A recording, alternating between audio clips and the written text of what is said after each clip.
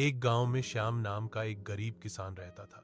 उसके पास ज्यादा धन नहीं था, लेकिन उसके पास एक बहुत ही वफादार कुत्ता था जिसका नाम था शेरू।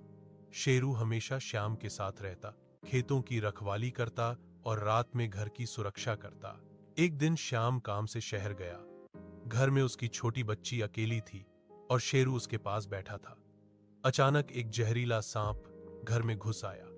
शेरू ने सांप को देखा और जोर जोर से भौंकने लगा, लेकिन बच्ची सो रही थी। शेरू ने बिना डरे सांप पर हमला कर दिया। काफी देर की लड़ाई के बाद शेरू ने सांप को मार दिया, लेकिन वह खुद बुरी तरह घायल हो गया। तभी श्याम घर लौटा।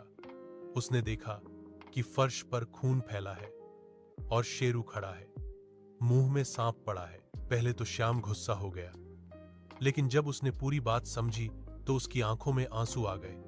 उसने शेरू को गले लगा लिया और कहा, तू सिर्फ कुत्ता नहीं, मेरे परिवार का सच्चा रक्षक है। श्याम ने शेरू का इलाज कराया और तब से पूरे गांव में शेरू की वफादारी की मिसाल दी जाने लगी। एक गांव में रामू नाम का एक गरीब लकड़हारा रहता था।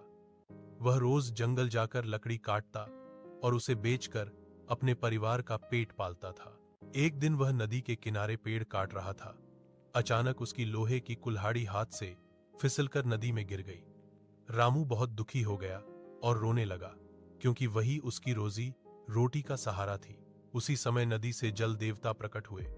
उन्होंने पूछा, तुम क्यों रो रहे हो? रामू ने सच्चाई बता दी।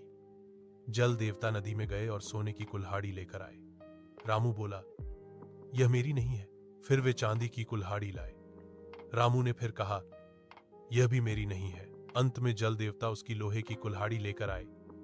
रामू खुशी से बोला, हाँ, यही मेरी है। रामू की ईमानदारी से खुश होकर जल देवता ने उसे तीनों कुल्हाड़ियां दे दी।